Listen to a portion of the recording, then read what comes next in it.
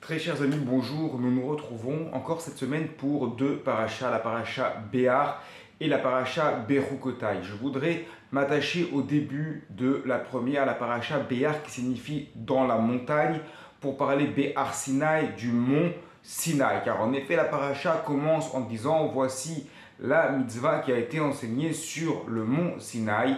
Et là commence la description de la fameuse mitzvah de la Shemitah.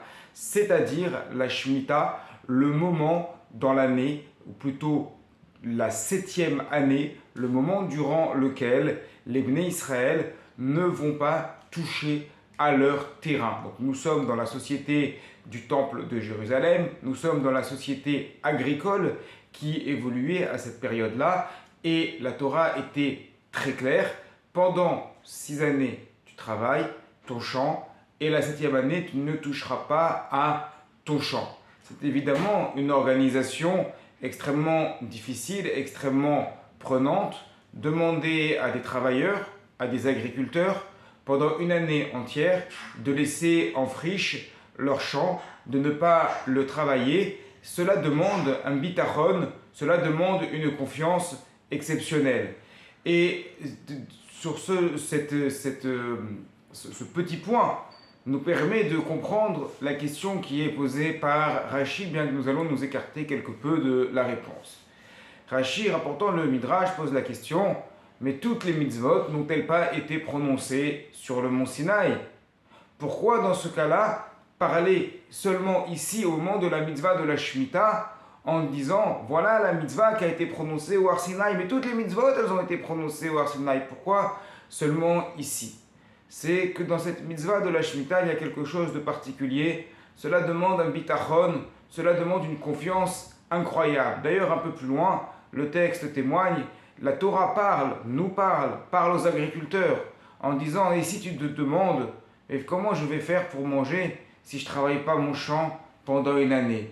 Sur ça, je te promets que tu auras la bracha parce que tu as respecté ma mitzvah. Effectivement, c'est très compliqué. Effectivement, c'est très prenant. Cela demande énormément de bitachon, énormément de confiance en Dieu.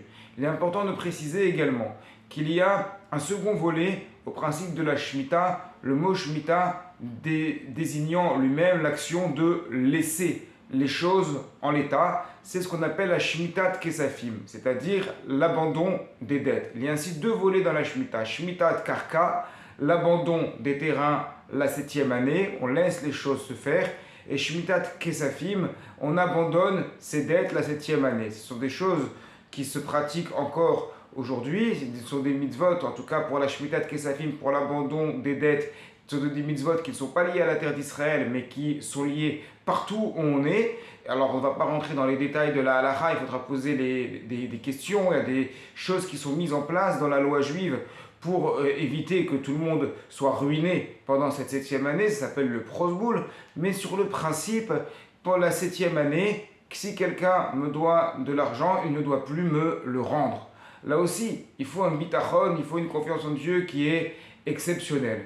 Ainsi, quand on se pose la question, mais qu'est-ce qu'il y a de spécial dans la Shemitah pour que ce soit spécialement là qu'on nous dit la 7e année, ça a été ordonné au Har Sinaï, au mont Sinaï, et toutes les mitzvot, elles ont été ordonnées au mont Sinaï.